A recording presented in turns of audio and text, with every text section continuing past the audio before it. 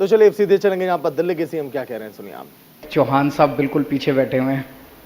आपको भी बहुत बहुत बधाई चौहान साहब, इतना अच्छा स्कूल और डिज़ाइन करने के लिए बच्चों के लिए। जैसा अभी आतिशी जी ने बताया कि ये स्कूल 1985 में बना था। 1985 से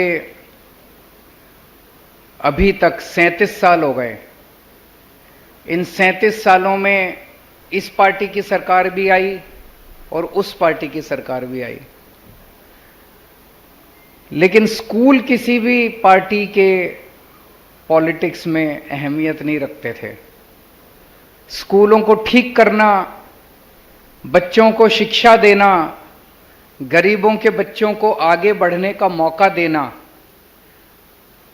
ये कोई बात ही नहीं होती थी राजनीति के अंदर। कोई ना कांग्रेस कहती थी कि हम आए तो हम आपके बच्चों को अच्छी शिक्षा देंगे, ना बीजेपी कहती थी कि हम आए तो हम आपके बच्चों को अच्छी शिक्षा देंगे।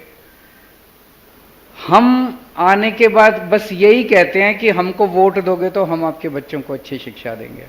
हमारी तो पूरी की पूरी राजनीति बच्चों की शिक्षा के ऊपर आधारित है। 37 साल के अंदर दोनों पार्टियों की सरकारें आई, किसी पार्टी ने आपके टिन वाले स्कूल को ठीक करने की नहीं सोची। लेकिन कहते हैं कि हम तो केवल वो हैं, मीन्स हैं, ऊपर वाला करवाता है।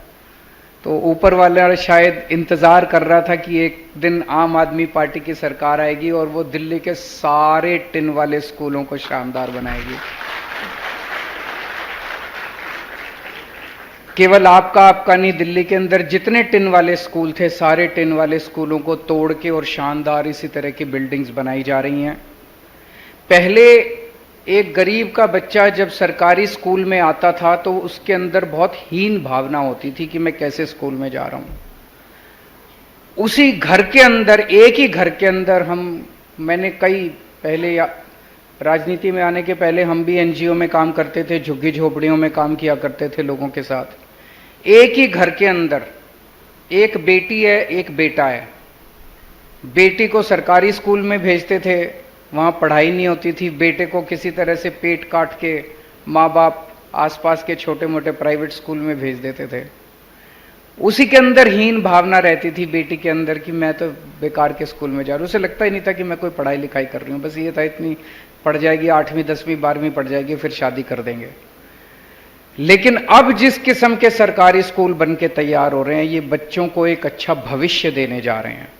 ढेर सारे ऐसे लोग हैं जो प्राइवेट स्कूल से निकाल के अपने बच्चों को सरकारी स्कूलों के अंदर भर्ती करा रहे हैं। अब जो बच्चे सरकारी स्कूलों में आ रहे हैं वो हीन भावना नहीं, जबरदस्त कॉन्फिडेंस के साथ भरे हुए हैं कि हम भी जिंदगी के अंदर कुछ कर सकते हैं और हम भी भारत माता के सपनों को साकार कर सकते हैं, भारत के विकास के अंदर हम भी शामिल हो सकते हैं। वो कॉन्फिडेंस अब हमारे बच्चों के अंदर दिखाई दे रहा है।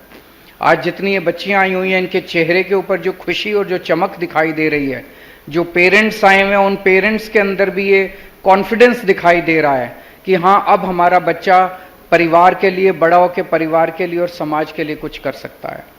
पहले गरीब घर के अंदर माँ बाप यही सोचते थे पढ़ाई लिखाई तो होती नहीं है, स्कूल में भेज के क्या करेंगे, टाइम खराब करता है, इसको काम पे लगाओ, 2 पैसे कमा के तो लाएगा। अब वो खत्म हो गया है। दिल्ली के अंदर एक के बाद एक शानदार स्कूल पूरे दिल्ली के अंदर बन रहे हैं। कुछ बिल्डिंग रह गई अब, जो मैं एजुकेशन मिनिस्टर से भी कुछ दिन पहले डिस्कस कर रहा था कि कितनी और बिल्डिंग रह गई हैं। कुछ चंद बिल्डिंग रह गई हैं, बाकी दिल्ली सरकार के सारे स्कूल लगभग इसी के